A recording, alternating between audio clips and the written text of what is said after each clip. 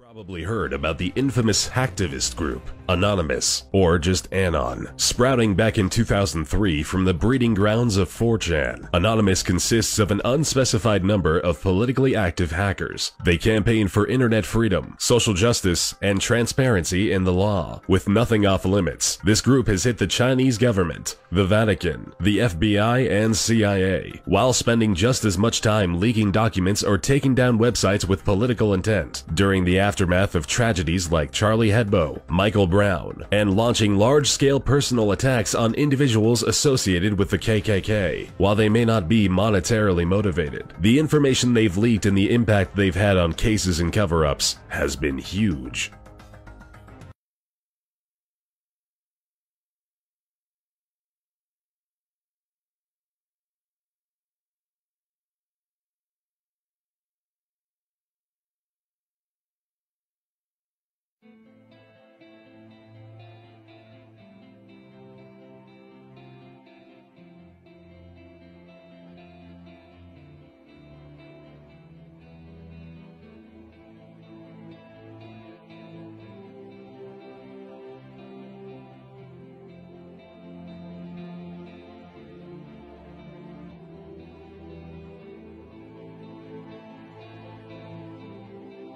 Secretive organization known as Anonymous, a loose-knit group of computer hackers who came to the defense of WikiLeaks and got the attention of law enforcement in the process. They are young and stealthy, and they are potential giant killers. They call themselves Anonymous. They are hackers on steroids. Police say they have arrested 3 suspected hackers believed to be part of an international network. A group calling themselves Anonymous has vowed to destroy the Church of Scientology. Anonymous, the group responsible for Operation Payback, which temporarily crippled the websites of MasterCard, Visa, and PayPal. We are Legion. We are Anonymous. Distributed denial of service, devolved the stack, or drag when DOS attacks. Suits without a head get scared and shit. They slash you what we lack, a sense of compassion. And justice must be swift. How turn to hurt in the pockets of white supremacists. These nemesis is never this vicious. We troll the net for missions. Evil's your position. Your file's gonna cover missing. With a post they dissing, posturing and speaking out of fear. Super consciousness, our warriors are virtual bombardiers. We don't forgive, we don't forget. Expect us, wasn't no one to protect us. Come together as a legion. Internet unite, connect us. We will make our presence known. We got folks on the megaphones. SQL inject intravenously like it's prednisone. Rebelling on a larger scale. We Jonas came to slay the whale. We hip till they slither and swinging them lizards by their tail. We check their mail, the facing professional looking webpage. When I rhyme, I wake the sheeples catatonic vestige, battling the message encapsulated in the rap track. Black facts is project chronology, talking fact ass but a back fact. And I'm the type of person never hijack destruction of Chris Ford camp or the way this ass that. We vigilant, the vigilante, highest staking up the anti-cross site script and Felicia Palmer with bunched up panties. Epilepsy foundation fall from invasion. Turks and Brazilians, Tunisians, even Malaysians. Gawker website we pulled up just to see, have a look about what's going on. It talks about the power people now have on the internet if they want to do this. Technically speaking, they are heroes because they can solve everything. They are up all over the security systems. Train event, we rage and give a fuck about a cussing club McKay hatch. Profanity, I spew it for the fucking loving cause I can. And who the hell is you to try to change a man? Operation Payback, radical Avenger Sands, intelligent Israelis with viruses known as Stuxnet. Programming logic controllers and root kids ass. We need to know, trying to feed the homeless, cops are screaming no. Government and corporate sources, we must defeat our foes as freedom goes. They trying to sniff us out and get the ISPs reversing the cameras on computers fed to IME, Marine Corps, Brick Bradley, man and naked, the Quantico. Maximum security methods with torches chronicle to Aaron Bar. Forever you will walk around with slash and scar and crash your car. Executives are worship in the morning star. It is bizarre, the people are the ones oppressing people. When will the day come we recognize as equals? Electronic money from Satoshi Nakamoto, spending bitcoins on hoes for their photos with no kimonos. Remarkable power, the python is clearing syntax. International Federation of Photo Bin Jack. The script kiddies hacking to the mainframe of big cities. YouTube videos for children showing big titties. No pity for the oppressive and get it through your skulls. We were born to change the world, evolving past the hacks for laws. The hackers which are fighting for some kind of ideological points and hackers who are just doing illegal activities. The police department goes into certain things and the government goes into certain things. Probably I would put that on the same level as I would someone who goes in and hacks into a site they're not supposed to be on. The bottom line is, if you have information in a database someplace, consider yourself a potential target. Expect us. We don't forgive, so don't forget. Malaysian government websites had been hacked overnight. This follows a threat by hacker group Anonymous. Anonymous took down their website, stole thousands of emails, and posted them on the internet. Action against these guys. It's been 3 years since the debacle in Wall Street that caused our economic collapse. And where's Washington? Where's Washington? They haven't done a damn thing. But look, what you're looking at here, in combination of all these things, is a new model on how to fight back. You have to take action into your hands. Direct, peaceful resistance.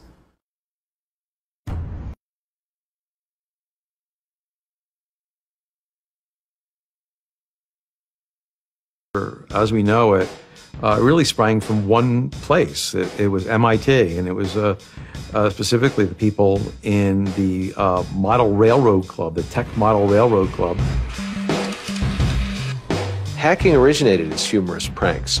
When the guys at MIT put a Volkswagen up on top of the dome of the building, and people woke up and saw the car up there in the morning, or they measured a bridge by the body lengths of somebody. I would say his name was Brian, and discovered the bridge over the Charles River was, 822 Brians.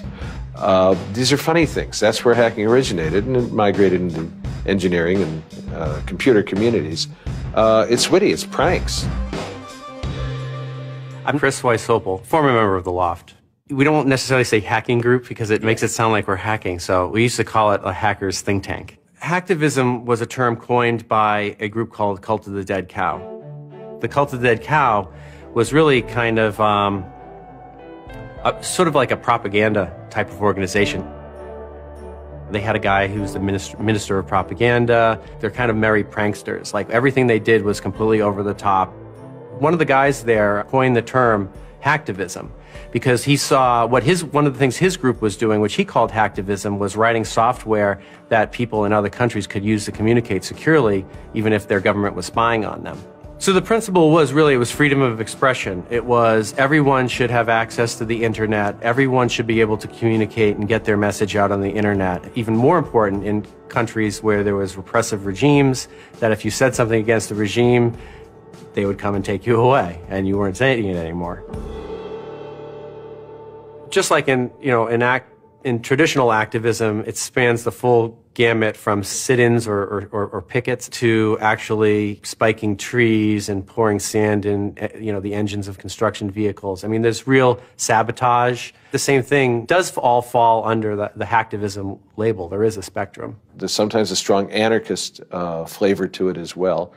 It's resistance to authority and those who would impose groupthink and group behavior on people, which was rightly perceived to be a consequence of the digital revolution as it was used by people in power to do hacking on behalf of righteousness and to redress the grievances of the world. Lance lowered Don Quixote on his horse, nag though she was, flying at the windmills of modern life. Anonymous grew out of what's known as 4chan. And essentially, this is just a website where people can upload images and you don't actually give your name. It's just sort of anonymous. When you look at 4chan, you're often surprised because it looks like a site from like 1995 or something. The idea is very simple. You post a comment and you post a picture. And you can post under your name or anonymously. And it's separated into boards about particular topics. So there's a topic on anime, there's a topic on weaponry. There's like a 4chan board for origami, and you just upload interesting pictures of origami.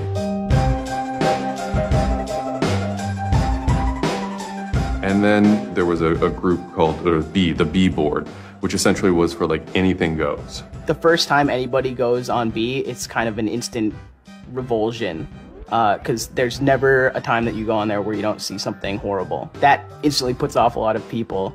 The idea is post something that can never be unseen. The computer hacker group Anonymous is claiming tonight that it took down the website of the Federal Appeals Court in San Francisco this afternoon. They took down Senate.gov servers. They've taken down HB Gary. Sony's claiming they did $150 million worth of damage. So many confidential files that tonight, because of these hackers, can be in the hands of anyone. Visa, MasterCard, the PayPal situation. The criminals who hacked into Sarah Palin's private email.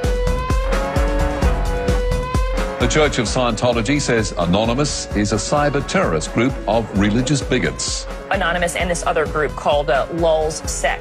They seem to be wanting to prove a point. Anonymous kind of was like the big, strong, buff kid who had low self-esteem.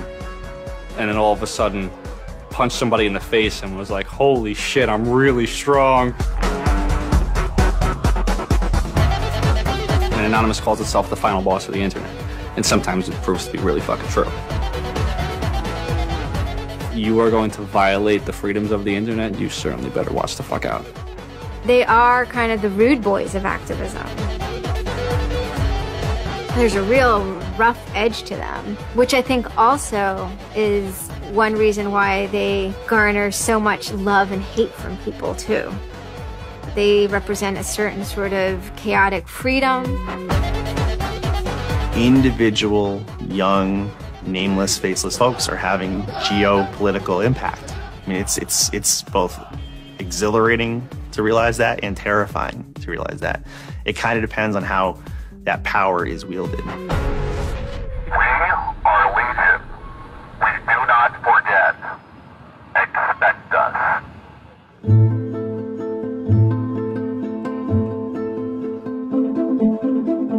We stand for freedom.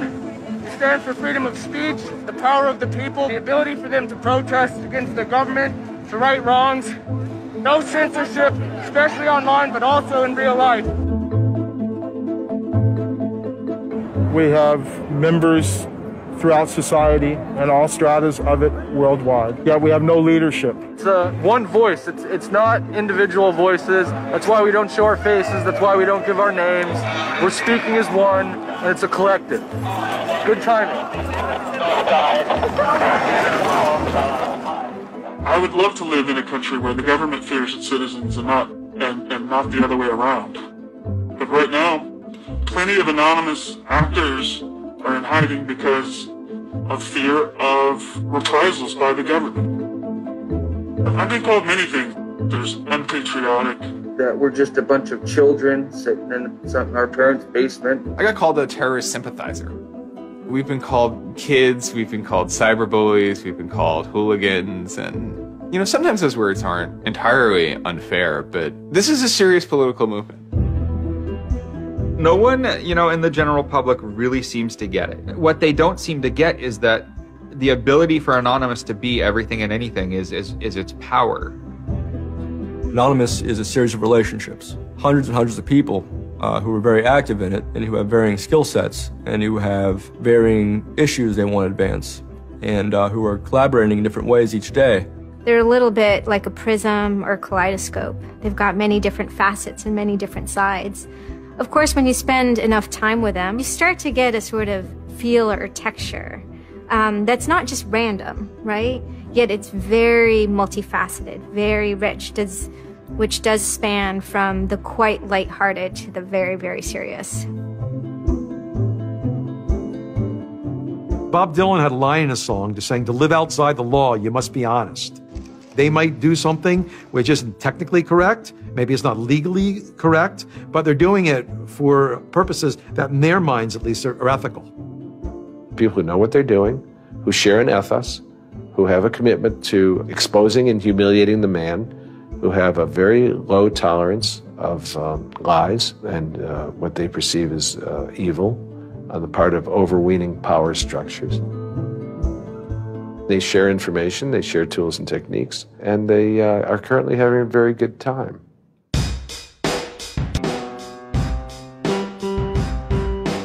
Half of the posts on B are there specifically to make people not want to come back to B. It's what you get when people are allowed to express themselves with absolutely no restriction whatsoever. It's the kind of sum of human imagination, and people can get together and think together without any limits or parameters. It's the most vile, disgusting, and funny thing on the internet.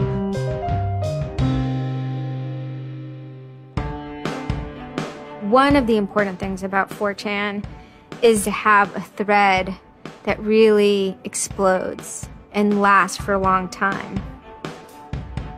If it doesn't, then it disappears. It's a site that's not archived. So it creates conditions for anything that grabs attention at some level. And so humor and grotesqueness as a result are quite good for that. I'd rather just be referred to as anonymous, I guess, in any interviews, because I have some docs out on me. 4chan's just where I went to. I grew up on it, and I lived there. That's just what I did for fun. It takes a thick skin to enjoy it. But, you know, as long as you're not offended, you'll occasionally come into something really cool or really creative on 4chan. I think the most interesting thing about it is how you can watch memes evolve. You'll see something posted one day, and then a week later it's got 50,000 derivatives of it. A meme is basically just an idea.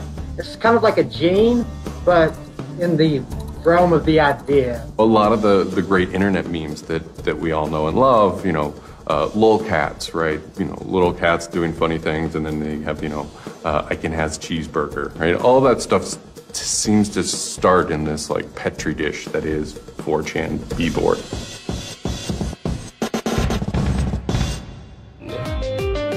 Say it publicly and you're insane. Chocolate rain. Name any meme from the last about 6 years, and I'll bet you either in its first posting ever was on 4chan, or at least one of its earliest revisions that became what it was on 4chan. I can see the food situation is so we'll be on our way. It's basically the best breeding ground for internet culture, as far as I'm concerned. With your neighborhood insurance rates, chocolate rain. 4chan is also very known for acts of trolling. Trolling is a fucking art. Trolling is getting the person you're talking to get as pissed off as they possibly can, and for no reason except for your own enjoyment. Maybe you're trying to illustrate a point, but it's mostly for your own enjoyment. For them, it's funny that like people think the internet is serious business, and if people think the internet is serious business, it's a troll's job to make their life terrible. The idea of anonymous came initially as a joke. I mean, somebody suggested that, what if the whole site, what if 4chan, what if B was just one person? And what if that's just one guy called Anonymous sitting somewhere, and you're just reading all these posts by one guy? And it kind of looked like that from the outsider's perspective. I mean, there's no way to tell the difference. It might as well be one guy. Fox News did a very famous segment about it. They call themselves Anonymous. They are hackers on steroids, treating the web like a real-life video game, sacking websites, invading MySpace accounts, disrupting innocent people's lives. And if you fight back, watch out. Destroy. Die. Attack. Threats from a gang of computer hackers calling themselves Anonymous. I've had 7 different passwords and they've got them all so far.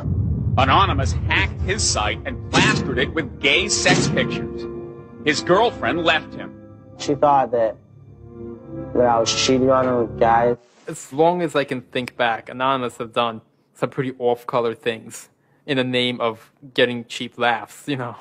But, I mean, that's part of the culture. They get what they call lulz. Lulz is a corruption of LOL, which stands for laugh out loud. Anonymous gets big lulz from pulling random pranks. For example, messing with online children's games like Habbo Hotel. Habbo Hotel was this online community where you had an avatar and you walked around and talked to other people. It was kind of like an early version of, you know, World of Warcraft or Second Life or any of those virtual worlds. What the people on B did was invade Habbo Hotel, created, you know, thousands of avatars. They all had this one uniform of a black guy with a big afro wearing a black suit. And so there would be thousands of these people, black guys, black suit, you know, huge afro, walking around this world, and they would do things like form a swastika out of themselves.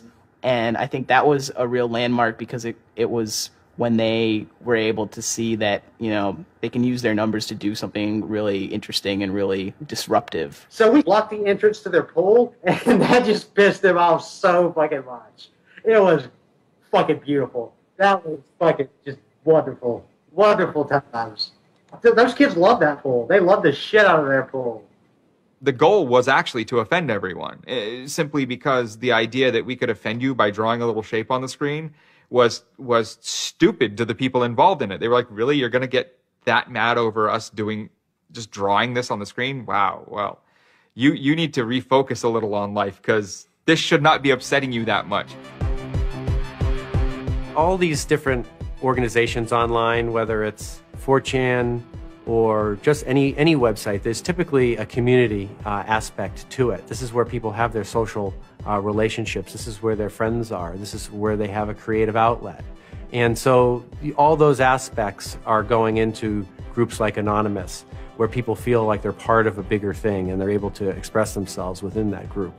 There were certain words, certain phrases, certain ways people respond to things, certain images that were posted that created a pattern, and that pattern was, I guess, the origin of what is now Anonymous. It's like Freemasons with a sense of humor, and so much as they have this common symbology, and one of their chief joys, which is kind of wrapped up in power and secrecy, was the fact that they could recognize each other by referencing these symbols, referencing these phrases.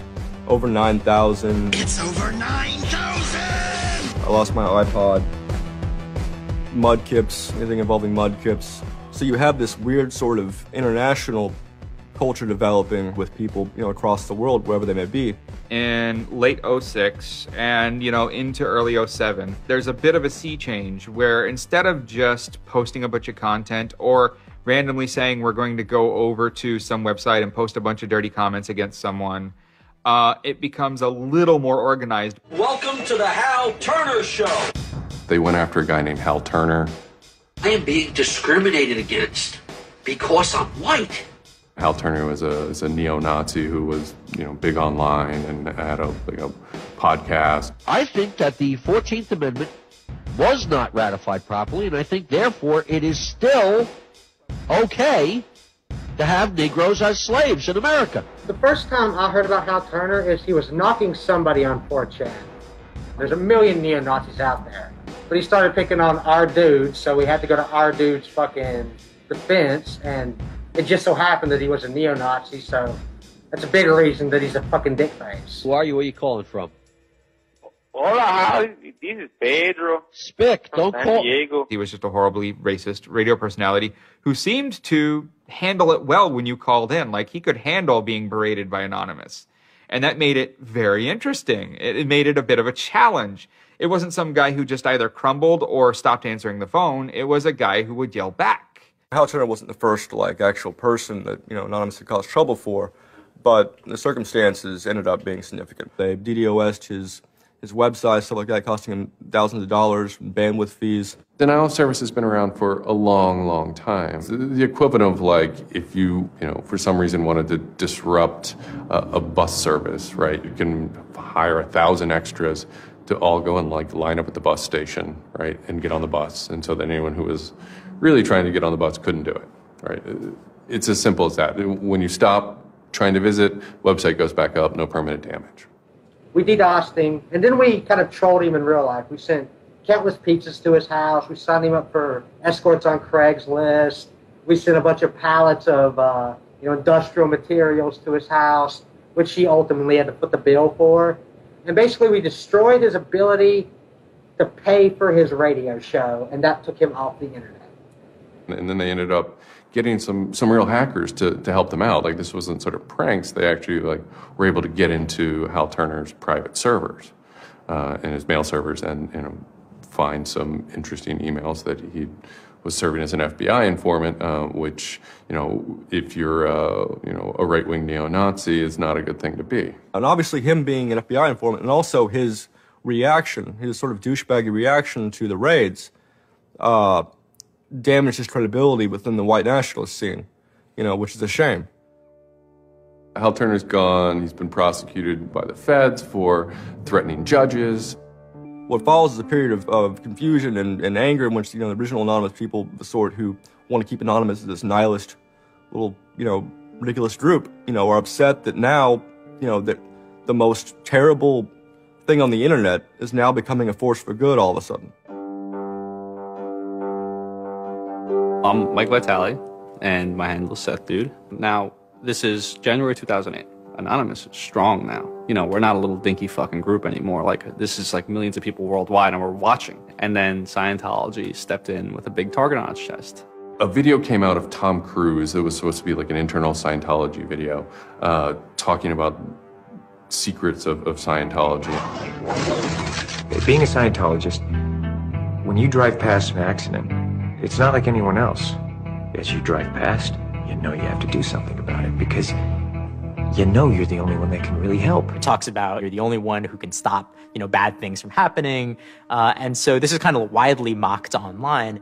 It circulated like wildfire. Instantly, the Scientologists post a DMCA, Digital Millennium Copyright Act. And this is a way that if you own content, you can go to video sites, upload sites, and have your content pulled when someone uploads it illegally. So Scientology's always at odds with the internet, always trying to legally bully people out of fucking them over on the internet. They always did that. And then here they are trying again, but you know what? Anonymous saw that and they said, oh, you guys just fucked around badly. Like, you're trying to censor our internet. Like, are you trying to take a joke away from Anonymous? Like, you don't do that. A few people on 4chan posted, hey, we should grab that video and post it on a few other sites. What followed was it's this term called the Barbra Streisand effect. And this video, as they're attempting to suppress it, went everywhere. Like, everywhere you look on the internet, you were gonna stumble upon this video. Actually, Gawker, the site that I worked for, was, I think, the first one to put it on the website, and we got in a huge legal battle with Scientology, who wanted us to take it down.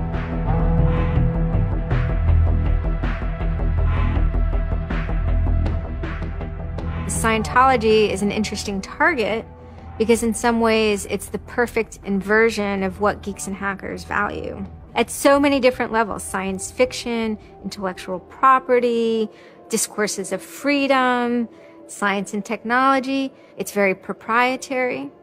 It's closed. And so in some ways, if you had something like a cultural inversion machine and you stuck geeks and hackers in there, you'd get something that looks a lot like Scientology. So it's quite offensive, and there's a real pleasure in attacking your perfect nemesis. And people who knew what Anonymous was to begin with were like, oh my God, Anonymous is going to go to war with Scientology. This should be really interesting. Especially because it's two weird-ass groups. I mean, I've been an Anon for a long fucking time. I know Anonymous is really strange. They're weird, and the stuff we like is weird, and it's really not mainstream at all. Now you have Scientology. Also really weird. A lot of crazy shit goes down. Anybody on the outside who's seeing this is going, let's watch these two retards fight. Like, both their pants are going to fall down, they're going to triple, and then it's going to hurt everybody, and it's going to be hysterical. And then that's when 4chan kind of reared into action, really reared into action. And they started to troll the Church of Scientology. And this took the form of pranking the Dianetics hotline, ordering pizzas. I go to call them on the phone, and it's busy. And that's their main fucking Dianetics hotline. Their Dianetics 800 number, you can't get through because Anons have completely fucking clogged it. And just probably saying stupid shit. The whole idea was just you call them just to keep them on the phone. What's an Elron? How do I Dianetics my face? They were not expecting that, and they couldn't handle it. I'm Brian Mettenbrink. I had just gone to 4chan just on pure happenstance, and I saw a post about the Scientology thing, and I started looking up stuff, and I'm like, oh, this is actually for a decent cause. I think I'll, do this. Anonymous members have developed a distributed denial of service attack tool called Low Orbit Ion Cannon, which is a name taken from a computer game. Low Orbit Ion Cannon is what's called an endgame weapon in Red Alert. All you had to do was literally follow instructions, step by step. You do it, you put in the site, you see that the IP is correct, you make sure that all these settings are good, and you hit the button, and off it goes. And what it does is it tells Scientology.org, in this case, it tells them to send their website to my computer about, I think, it was 800,000 times in a weekend, and I'm pretty sure I probably took it down myself a couple of times. It felt like you were making a difference, just you yourself, and you didn't even have to leave your home, And one of the guys said, we need to make a video. We have to make a video. Hello, leaders of Scientology. We are Anonymous. When the video came out on January 21st, that was one of the first times that Anonymous, as a culture, started referring to itself as Anonymous as a movement. That video probably changed everything. We are Anonymous. We are legion. We do not forgive. We do not forget. Expect us. It basically looked like if a computer was going to tell you that he was going to beat the shit out of you, this is what it would look like. That one video really galvanized that moment of innovation. That's exactly like with that video, internet activism, as it's known today, was born. And you just see this consensus forming that it's going to happen. So we made the code of conduct. Don't bring weapons. Dress accordingly. Cover your faces, because they will try and find out who you are and screw with your life. Rule number 17. Cover your face. This will prevent your identification from videos taken by hostiles. Scientology has a history of harassing, stalking, and just generally doing horrible things to its critics. So people needed a way to hide their identities. A lot of people had very legitimate fears. They don't want to be followed home. They don't want to be stalked. They don't want to put their families and themselves in danger.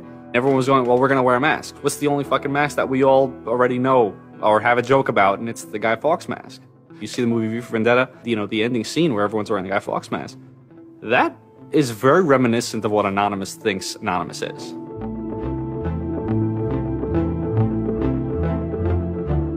We wanted to represent anonymity in some way when it moved into real life.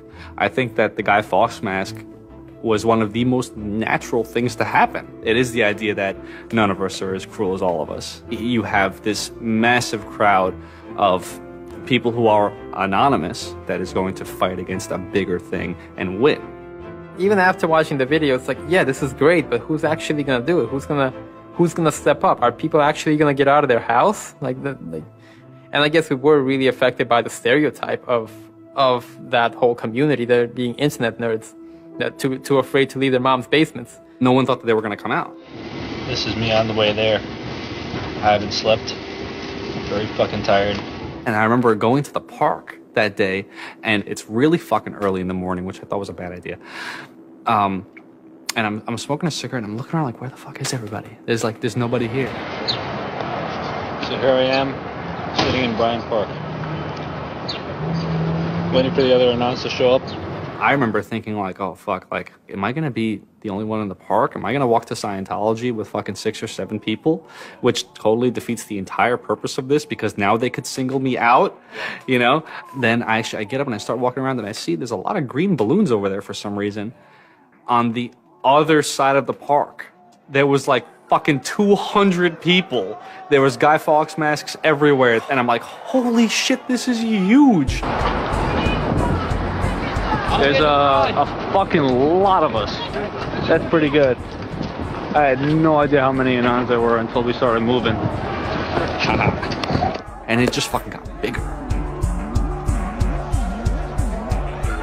I remember walking through Times Square, and everybody in Times Square was an Anon. Like, and you know, this is like a fucking 1,000-person per like fucking minute foot traffic area. And everywhere I'm looking, I'm seeing fucking Anon symbols. It was fucking wild. It was really wild.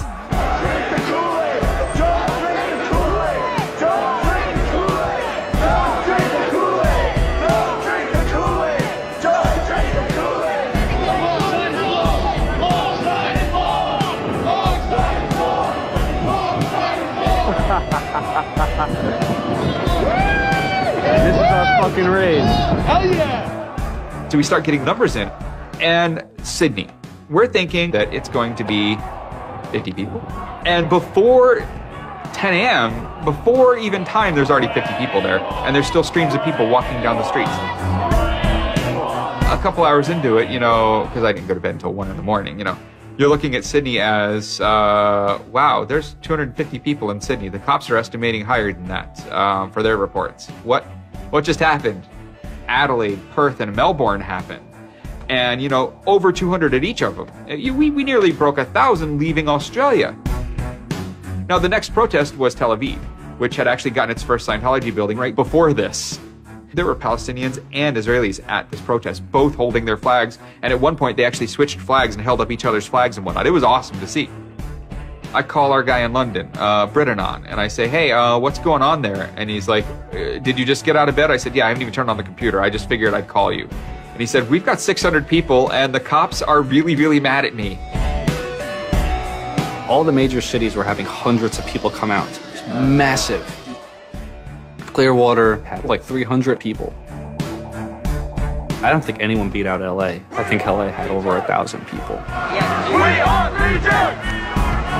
We are Legion! The thing that happened was something completely different, and hundreds of people from every city just swarmed the streets. It was kind of overwhelming, a little even scary, but scary in a good way. Soon, we're at around the 10,000 mark, and we were joking the whole time, over 9,000, one of those memes. It was too surreal. It was not believable. You go by what name? We are Anonymous. It was very empowering, especially after people saw the thousands of people showing up. This was it. We owned the world at that point. We all met each other. The idea of an Anon is you're fucking alone until you get to 4chan, and then these people all think like you, And all of a sudden, you're not alone.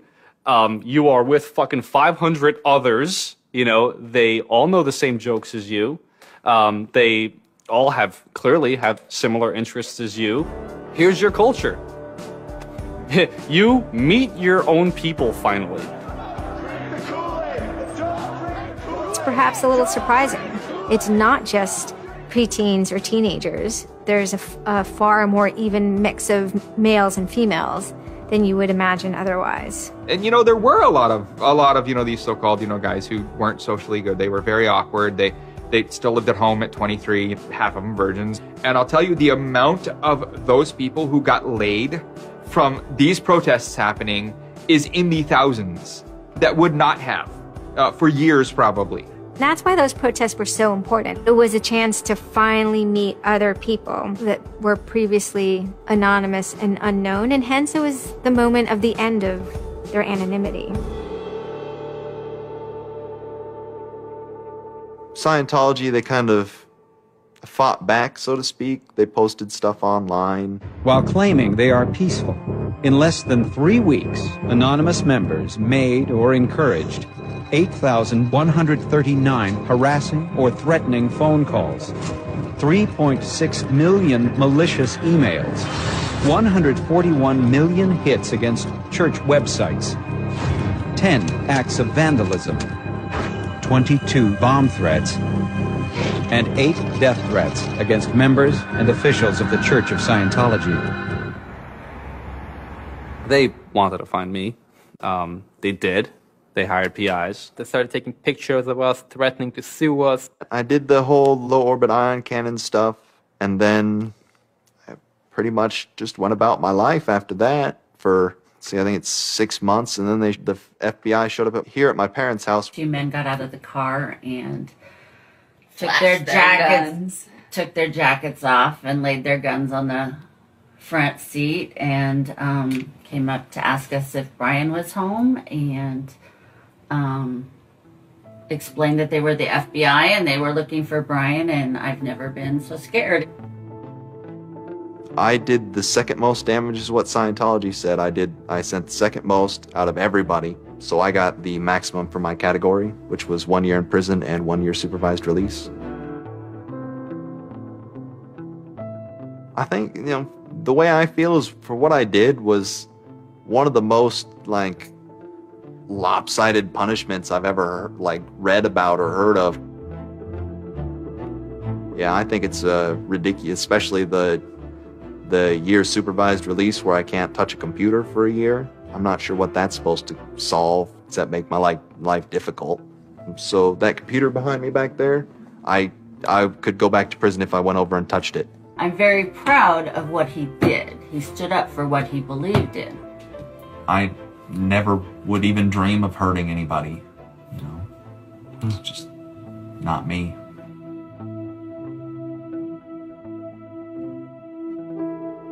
Prior to Anonymous, critics of the church still had to be very, very careful because of the aggressive lawsuits that were launched against academics, journalists, and other critics. I would say that era is over. And Anonymous, more than any other sort of intervention, is probably responsible for that change. This actually caused a decent rift in Anonymous. There was one big group, significant group of people who would say, this Chanology stuff, it's cancer. It's awful. It's bad. It's just bringing attention to us that we don't want. One Anon said it well once. There is no leader. Their ops have momentary leaders, de facto leaders. Almost through meritocracy, there's more respected or more persistent participants. Some people participate in a single operation and are never heard from again. It might even be a housewife who just, agrees with that political statement or that protest. I like to describe this with the picture of a bird swarm. Everybody's flying very, very quiet. Suddenly, one bird flies into the other direction and the mass fly into the same direction, following that person. It's totally okay to say, I'm sorry, I don't take part. When Chanology was running full force, it was like a kid stretching for the first time and actually seeing the real power. If you had asked me all throughout 2008 and most of 2009, is the politics of Anonymous always going to be sutured and hinged to the Church of Scientology? I would have said yes. And it became unsutured, unhinged, when a different political wing was born in 2010.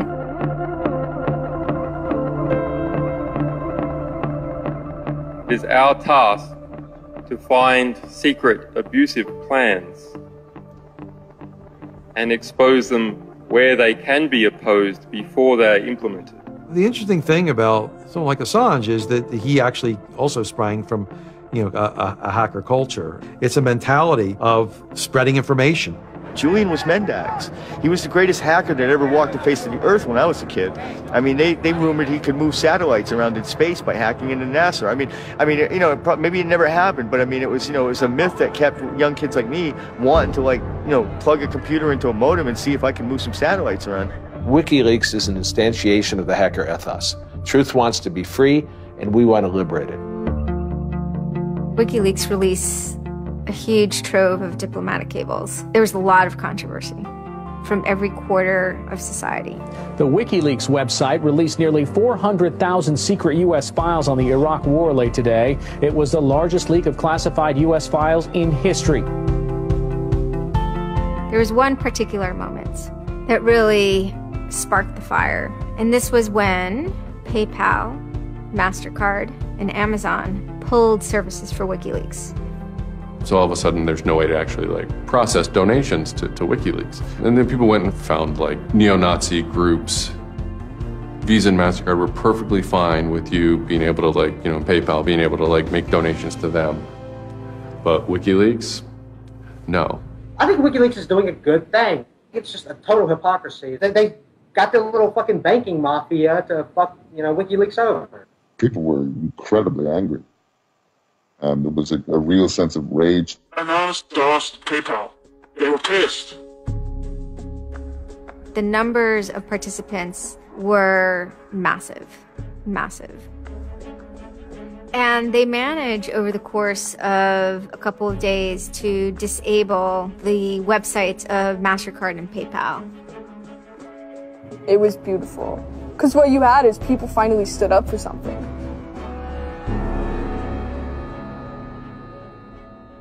My name's Pete Fine. You can call me an internaut or a hacktivist. Telecomics is an ad hoc cluster of volunteer net activists who have spent much of the last year trying to keep the internet running in the Middle East. In kind of the lead up to the Egyptian revolution, we would tweet on people's behalf. We would get people from Egypt who were unable to access Twitter on their own on our IRC network, and we would take reports from them and tweet them out using our account to kind of help them get the word out about what they were experiencing. Some of this shit is personal. And one of the things about the movement as a whole, when Egypt rolled around, is that Egypt broke us emotionally. Watching in real time with live feeds that we helped set up, Egyptians get massacred with machine guns. It was different, and I have never in cyber activism wept before. It's never bothered me like that. It's never been able to touch me the way Egypt touched me. And then January 27th, January 28th rolls around, and the Egyptian government starts shutting down the internet. I mean, just for the whole country. The whole country. There's this fantastic traffic graph that you can see the traffic coming out of Egypt, and it looks like, like this, and it goes like that. Just totally stops. And we were just shocked. I mean, we were just like, what the fuck? Like, what the fuck? To think that a country would completely cut itself off as much as it was able to from the outside world was pretty unthinkable. We know bad things go on in the dark places. That's the kind of thing that could start riots.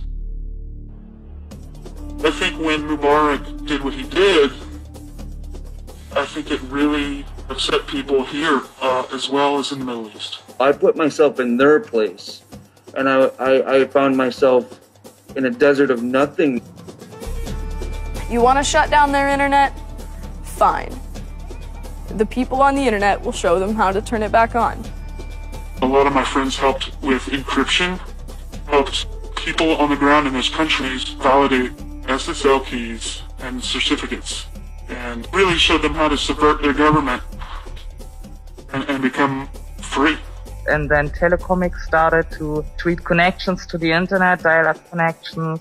In Egypt, the care package we put together included some kind of our comms information, the ham radio and dial modem details. In total, we helped coordinate and run about 500 dial-up modem lines.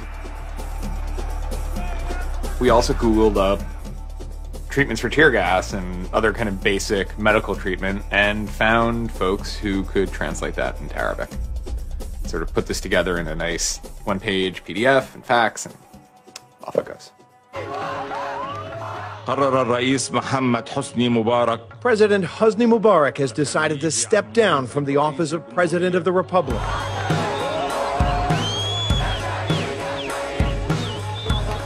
When Mubarak left, it was a hell yeah moment.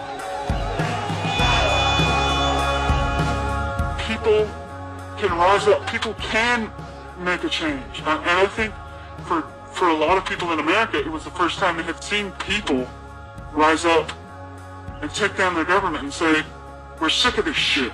We're sick of the oppression. We're sick of living as slaves to your power. We had Egyptians come thank us as we're doing this stuff, and I said to them, like, look, you guys just get our back if stuff goes down here. It's a revolution that was facilitated by the internet, by Facebook and by Twitter. Not caused by it. I mean, 50 years of dictatorship has caused the Arab Spring. But the internet has certainly been helping. Although it was awesome and it was one part we were fighting for me it was quite clear that it's not the end of the story. That it's not suddenly changing into rainbows and nine cats or whatever, but that we now have to watch even more. Suddenly on February 5th, Financial Times article comes out that we all see.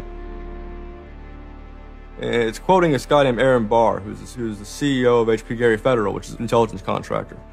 And Aaron Barr is telling this Financial Times journalist, Joseph Min, that he's been secretly monitoring the AnonOps server where all this is going on, and has done so for several weeks, and using his own custom brand of information operations techniques, has managed to identify the alleged leadership of Anonymous, including 25, quote, lieutenants, unquote, some sort. We have to see this document. Everyone wants to know. We don't need to destroy him. We don't need to destroy his company. So they get it. It was unbelievably easy to get into that network. Now, to put that in hacker terms, Anonymous is a hornet's nest. And Barr said, I'm going to stick my penis in that thing. The HB Gary hack brought about 70,000 emails. Probably the most important ones had to do with a proposal that HB Gary had already formulated. It was packaged up as a nice PowerPoint presentation. Kind of act as privatized agent provocateurs, where they were going to discredit WikiLeaks. HB Gary was proposing submitting fake documents to WikiLeaks, and then when discovered as fake, the error could be called out and it would discredit WikiLeaks. Right. So, so there's a lot of like specifics I can't talk about. So let me try to answer that though in a general sense. Well, first of all, it's probably no surprise to anybody, I'm not a big fan of WikiLeaks. I think that the broad purpose of trying to get as much information, proprietary or classified information for the government, expose that, is an extremely destructive and dangerous purpose. The proposals involve conducting information war on WikiLeaks and its supporters, creating dissension within WikiLeaks, DDoS attacks. You also wanted to launch cyber attacks on WikiLeaks infrastructure to get information on document submitters. One thing I guess I want to make sure is clear is, none of those activities had actually occurred. In business, there's, when you start proposing or thinking about an idea, there's a brainstorming phase. And somebody says, well, what if, what could we do? What's theoretically possible? Well, still, this was an idea. This was proposed. This was something that you thought about. Right. They also wanted to go on a campaign kind of targeting Glenn Greenwald, who's a reporter for Salon, who's an outspoken kind of critic of the government and supporter of WikiLeaks. It seems like you're trying to attack a journalist here. Yeah, and I don't want to talk too much more about Glenn Greenwald, but other than, what I previously said is, there was never an intent to attack journalists. Not on my part. I guess I should say, I should generalize that and to say that, I would never just outwardly attack a journalist, other than if I felt that there was a journalist in my mind that was acting unethically, that, that's a fair game for having a public discussion about. They were walking a very fine ethical line at points, and in many cases, the mass opinion is, no, they stepped well past it. I will not support broad theft of information released to the public, because that's nothing but destructive. If somebody has information that's been stolen from them, and whether or not WikiLeaks encouraged the theft of that, or whether or not it was just put in their lap, still they're threatening to release the information that is the private property of another organization. So your choices are to just allow that to happen, or to try to stop it. How offensive is too offensive? We've certainly seen a lot of strategy coming out of governments across the world now saying, publicly admitting that they need to develop better offensive strategies in cybersecurity, because defense as a whole, it isn't enough. It never is enough. In the court of public opinion, that took H.B. Gary quickly from being a perceived victim to being a perceived villain themselves. It was becoming harder and harder to distinguish the good guys from the bad guys. And then, kind of seemingly out of the blue, there was something by the name Lulzsec that sailed into the seas. Lulzsec, it's sort of a group, mostly from Anonymous, who, large part of the same people who hacked H.B. Gary. And they decided to form this little group and just carry on operations sort of outside of the purview of Anonymous for a while. They hacked whatever they wanted, they released whatever they wanted.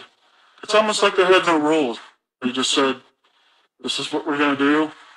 We're going to stir up the cart. We're going to make some trouble. We're going to make some waves. And they did. The majority of time, the majority of Anons are not doing anything particularly illegal. When they are, a huge number of them try to do that in a very specific political context. For those people, what Lulzsec was doing, they were funny, but they were attacking random targets. They were breaking the quasi-rules by attacking media. PBS's Frontline runs a documentary mainly focused on Bradley Manning, the alleged leaker to WikiLeaks. And a lot of Bradley Manning supporters didn't like it. They hacked a website putting a story that Tupac and Biggie had kind of escaped the world of celebrity fame and attention and retired quietly and discreetly in New Zealand. Lulzsec, when they attacked PBS, that gave me the creeps, As a journalist, I'm not too thrilled with the idea of someone judging that we don't like you to write that. We don't like your reporting, so we're going to shut down your website. I'm uncomfortable with that. It could be me, and I could be writing something about a group that they didn't like, and I'm happy to sit and talk with them about it, but don't shut my website down. this is obviously about freedom of speech, so attacking the press would be would sort of be a bit of a contradiction. So people obviously said, well, we shouldn't do that. And obviously LulzSec had a completely different agenda, so they had no problem doing it. Hacktivism started to become sort of, I would say, almost more nasty, using, sort of more no-holds-barred kind of attacks, sort of more vicious attacks. They sort of saw themselves as going out there, breaking into like anything, everything, governments, corporations, police departments, largely for the same reasons Anonymous would. They went after Arizona for immigration policy, 50-day run, causing mayhem, havoc, and then ended it. The computer hacking group Lulz Security has announced it's disbanding, saying it had achieved its mission to disrupt government and corporate organizations for fun. I call this whole thing the rise of the chaotic actor. And chaotic could be chaotic good, neutral, or evil. If you go back to the old Dungeons and Dragons charts. And some people see Anon-Ops initially, let's stick with Anonymous, as chaotic good. They saw Operation Payback, or they saw attacking Scientology, and they say that's good. It's like Robin Hood, right? Chaotic good. Outside the system, but doing something good. Other people saw Anon as chaotic evil, like the Joker. They just want to see the world burn and doing potentially irreparable damage. And the truth is, yes, it's the entire column of chaotic.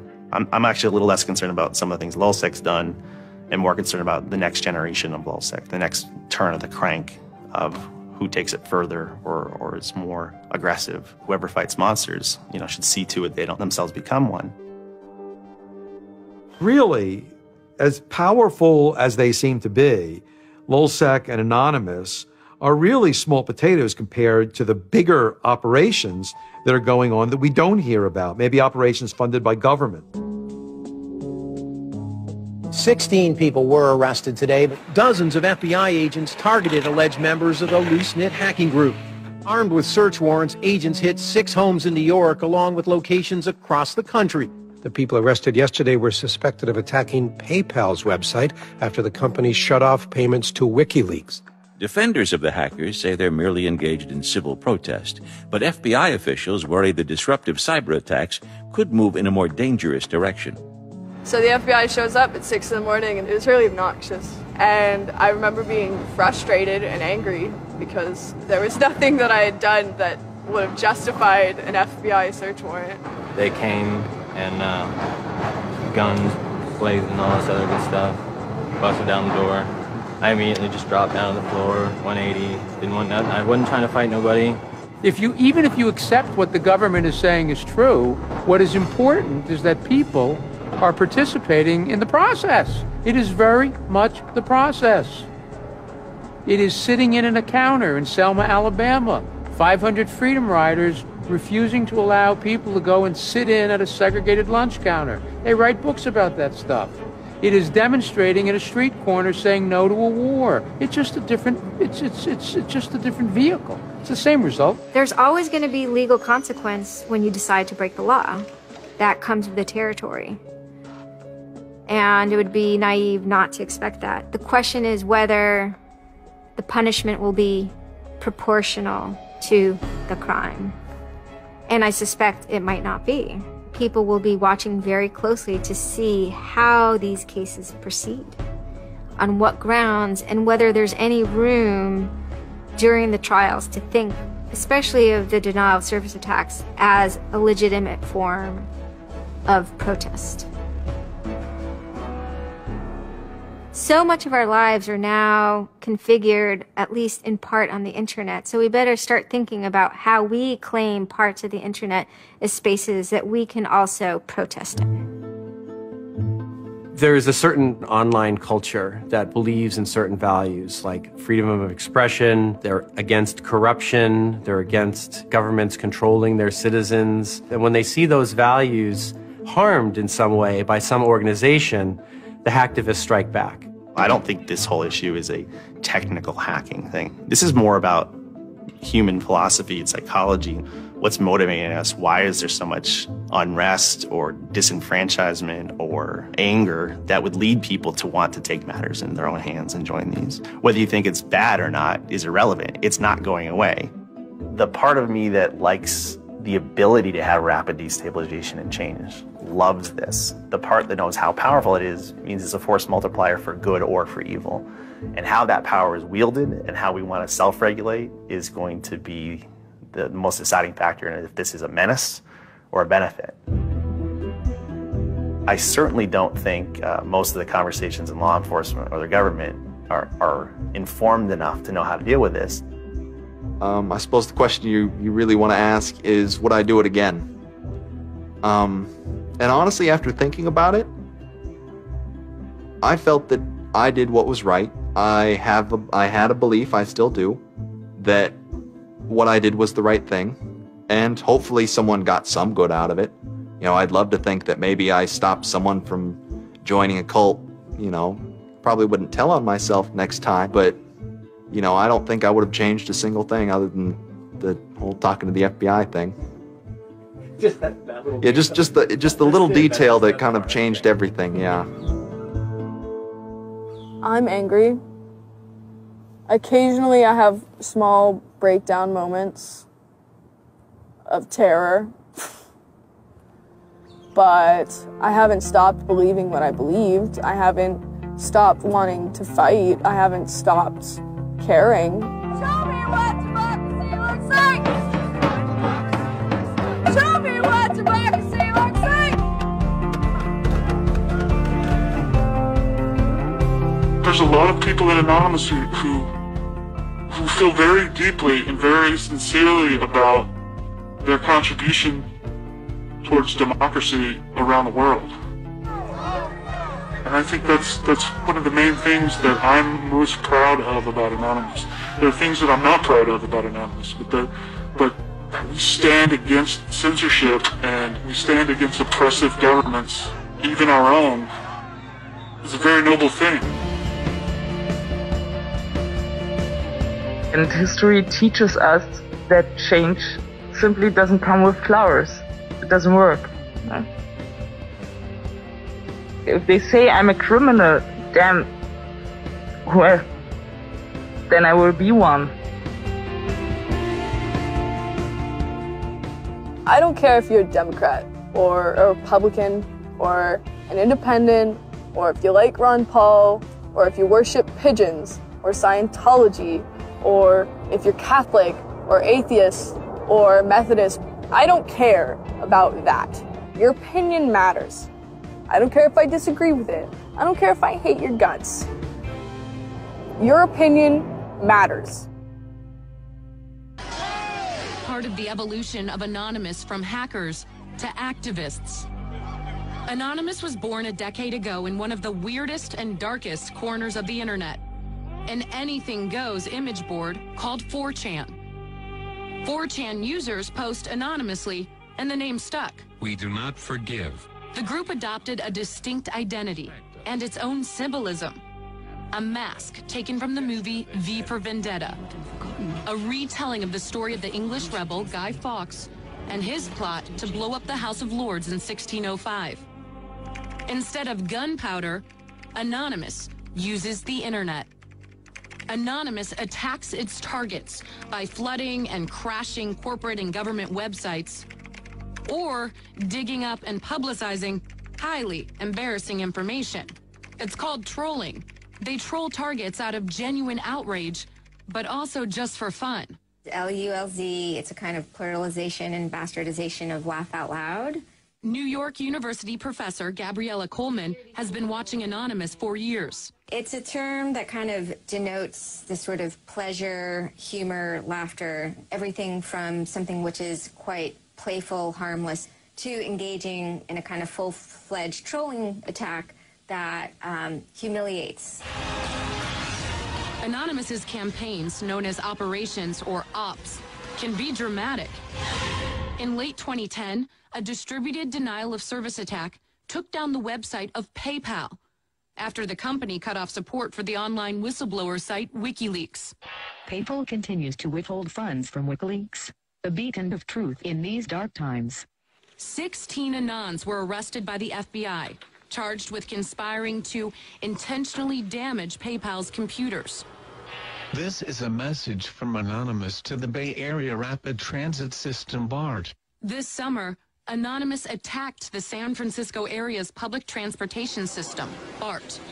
BART had cut cell service within the transit system as a way of disrupting anti-police brutality protests.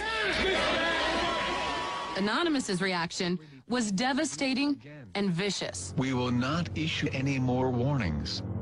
Op BART included the release of a naked photo of a senior BART employee. Sometimes it kind of makes you laugh, sometimes it makes you cringe, sometimes it makes you laugh and cringe at the same time. All of a sudden, you're like, oh my gosh, there is this, dagger that's being thrown. A naked photo. Yeah, a naked photo. Do you feel like there is a fear out there of what they could possibly find or leak about a certain individual? Absolutely. I mean, that's what makes them who they are, is that they are kind of bad boys and rude boys to some degree. There is a dual sort of fascination and horror that goes on at the same time. Be aware. Be vigilant. Anonymous was evolving, using its power to shock and disrupt to effect social change. During the Arab Spring, the collective emerged as a full-fledged activist group, taking up the cause of Tunisians fighting against a repressive regime, literally saving lives. The Tunisian government has made itself an enemy of Anonymous. They did everything from take down government websites. They wrote scripts to stop the phishing of passwords. They brought massive media attention to Tunisia. And last fall, Anonymous broke cover here at home, stepping out from behind their secure computer screens for a new cause, Occupy Wall Street. There is a revolution brewing. Suddenly, the symbols of Anonymous were everywhere, in flags, masks, banners. We are the 99%! When we returned, pepper spray and Anonymous strikes back. How are they getting personal information of these officers? I'd rather not say.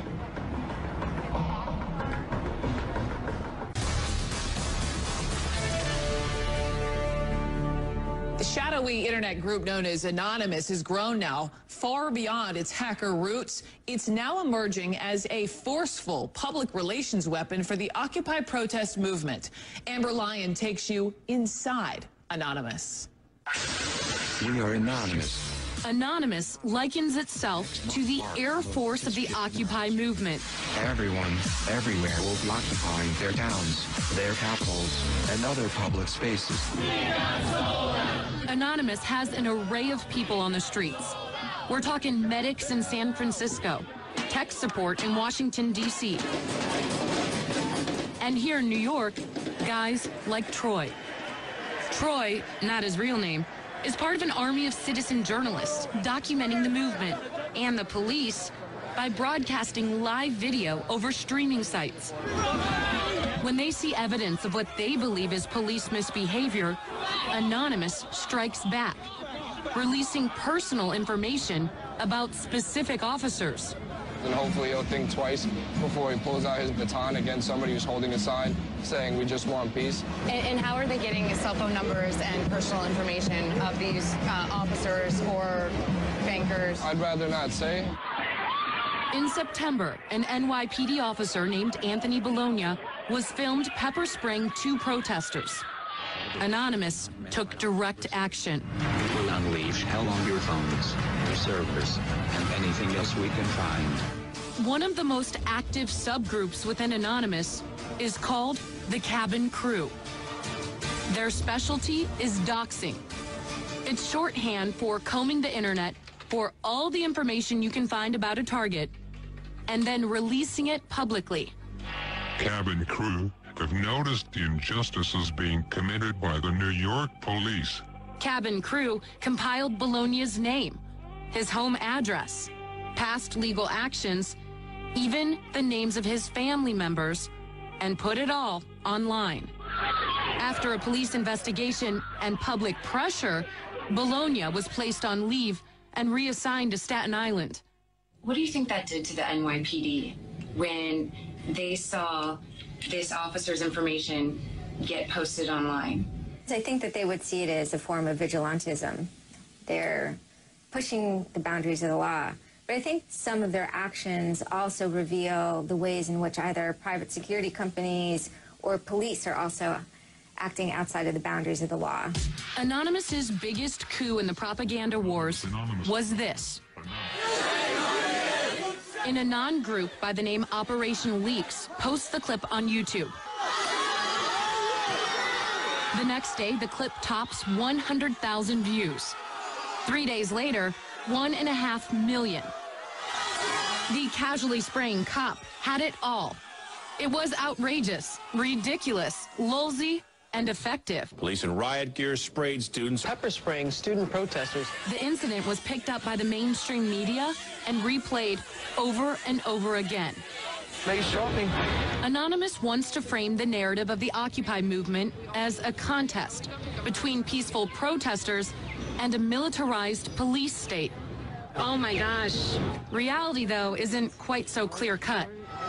At Occupy Oakland, some protesters attacked the police with rocks and bottles.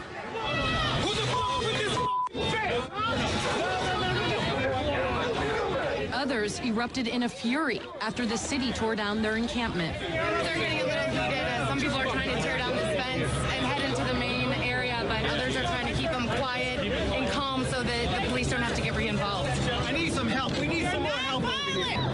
You're f***ing willing to fight us, but not the police? They tried to fight. And you're doing their job. The Anonymous PR machine focused solely on instances where the cops got out of line. And they have plenty of ammunition. What happened? What happened? He got shot. During one night of chaos, police apparently fired a projectile directly at a former Marine named Scott Olson, who was peacefully protesting against the crackdown. Anonymous went into overdrive. I hereby declare this to be an unlawful assembly. Scanning the video for police badge numbers and names, offering a reward for anyone who could identify the officer responsible. The case is still under investigation. The Department of Homeland Security has put out several alerts to law enforcement and corporate security focused mainly on the group's hacking activities. And the FBI has made more than a dozen arrests. We're living in a police state. But there's no indication that has cramped Anonymous's style. Their latest op?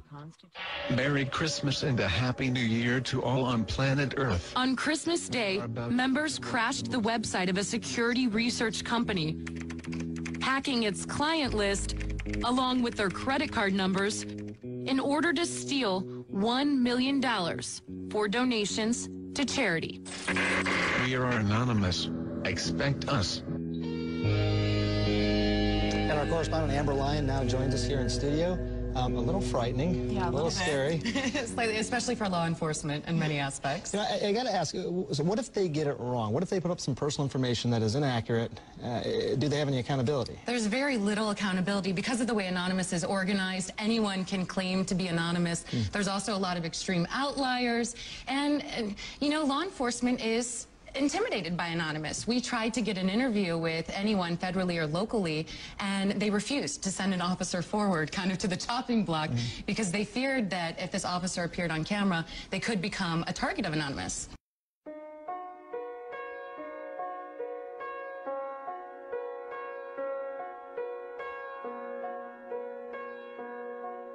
This is an anonymous message from the global revolution to politicians, dictators.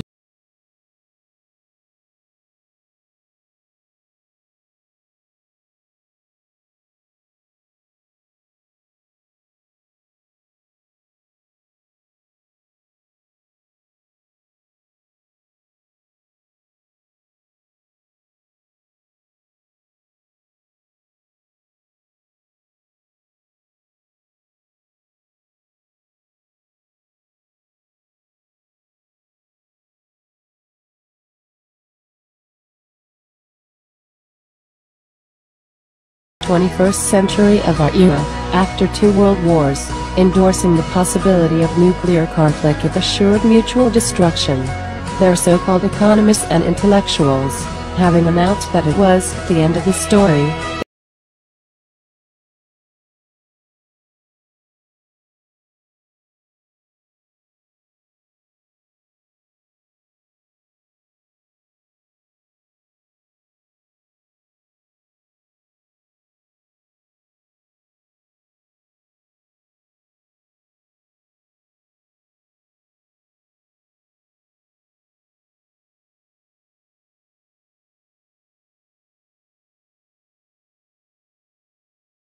Technological research.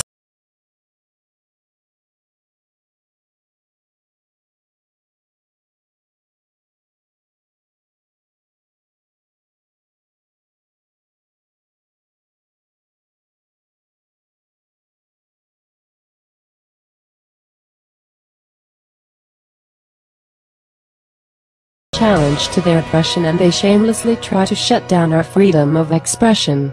Finally, information has reached critical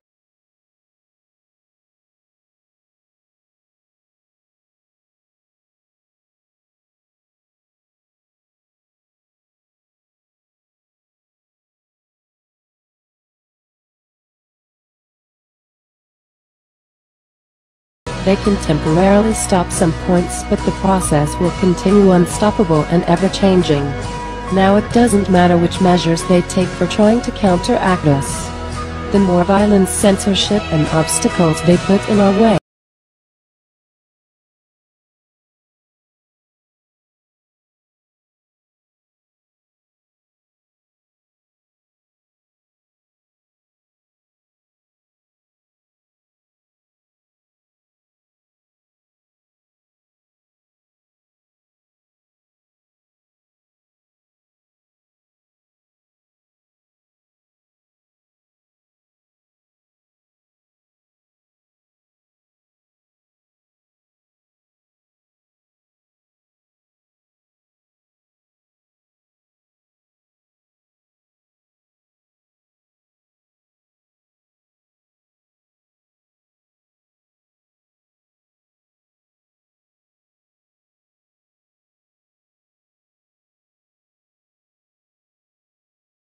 to the very limits of official censorship and concealment. That I do not intend to permit to the extent that it's in my control. For we are opposed around the world by a monolithic and ruthless conspiracy that relies primarily on covert means for expanding its sphere of influence, on infiltration instead of invasion, on subversion instead of elections, on intimidation instead of free choice, on guerrillas by night instead of armies by day. It is a system which has conscripted vast human and material resources into the building of a tightly knit, highly efficient machine that combines military, diplomatic, intelligence, economic, scientific, and political operations. Its preparations are concealed, not published. Its mistakes are buried, not headlined. Its dissenters are silenced, not praised. No expenditure is questioned, no rumor is printed, no secret is revealed. Uh-oh, SpaghettiOs. You could be in a lot of trouble. Now, people have figured out that you can hit the powerful where it counts in their pocketbooks. The same thing happened in Egypt, where Mubarak only stepped down after the labor strikes began. And then there's the national and international movement against the power establishment. The group Anonymous recently released this video warning the global banking systems.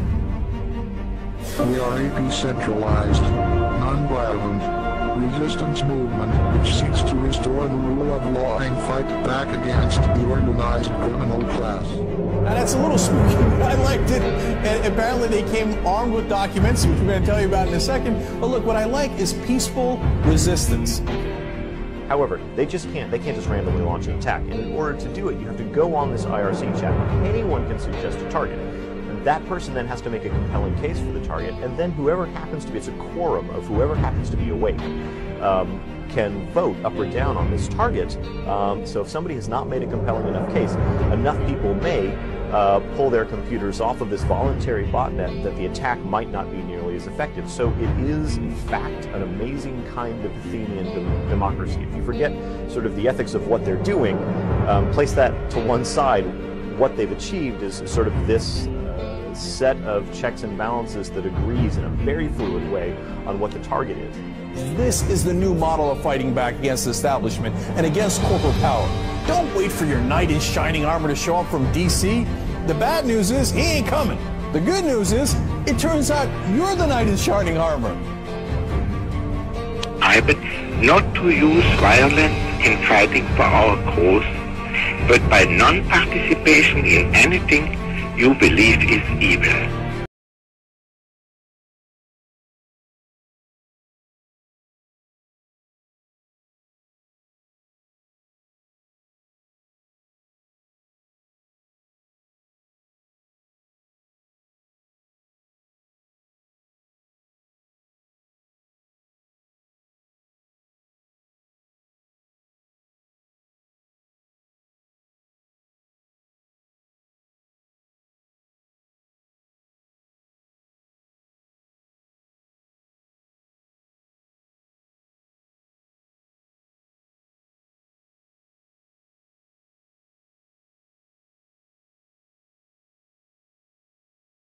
What's next? What's next is all they can do is shut down the internet itself. And we see how that went for them in Egypt. And we, the people, know that when the government shuts down the internet, that's when it's time to shut down the government.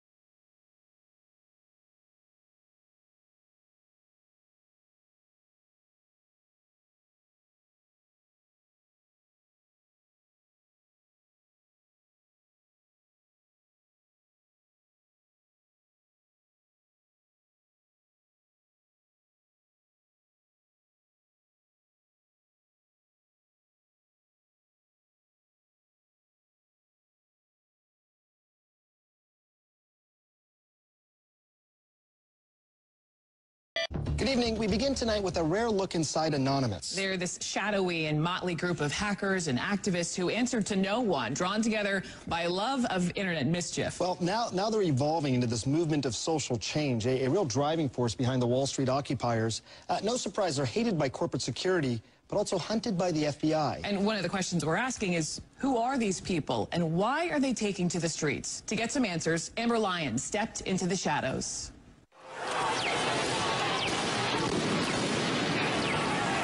Back up, back up, back up. It's a dark and disturbing vision.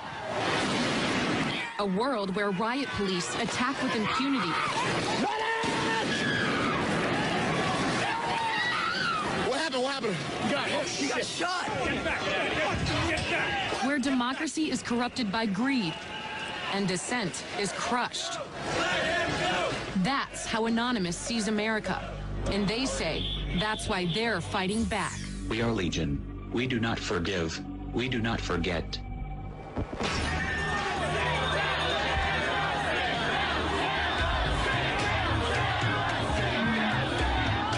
It's a movement that defies description. Leaderless, Tell me what democracy looks like. faceless, anarchic. This is our space. A loose collective born on the internet, Anonymous has no official members and no hierarchy. But within the group, some individual Anons have greater standing, earned by their skills as hackers, video makers, to see it with my own eyes and record it myself, and increasingly street-level activists. Tell me what police state looks like. Troy, not his real name, is one of them. This is what happens when the people have had enough. This is what happens when greed goes unchecked. Troy says he was drawn to Occupy Wall Street after watching his mother struggle with medical debts. He himself is working 2 jobs to make ends meet, despite having a college degree. You kind of just lose track of days, lose track of time, but it's worth it. It's all worth it. We met him at the Occupy Wall Street camp at Zuccotti Park. There's no specific person that talks for us. It's more like a hive, you know, an idea is brought up and whoever agrees with it, if the overwhelming majority of people that agree with it, then we go with it.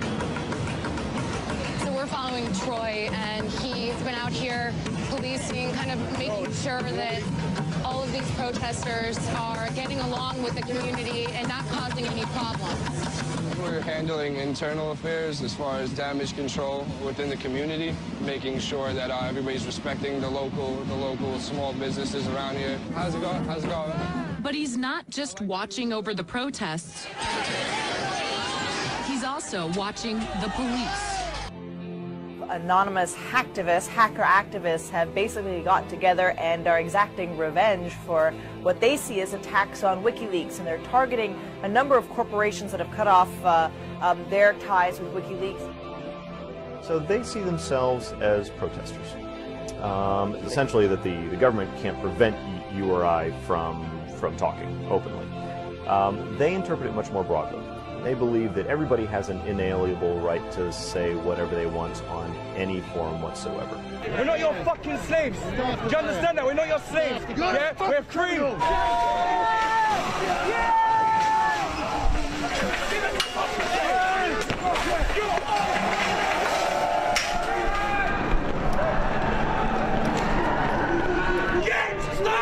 Get back! Do not come any closer!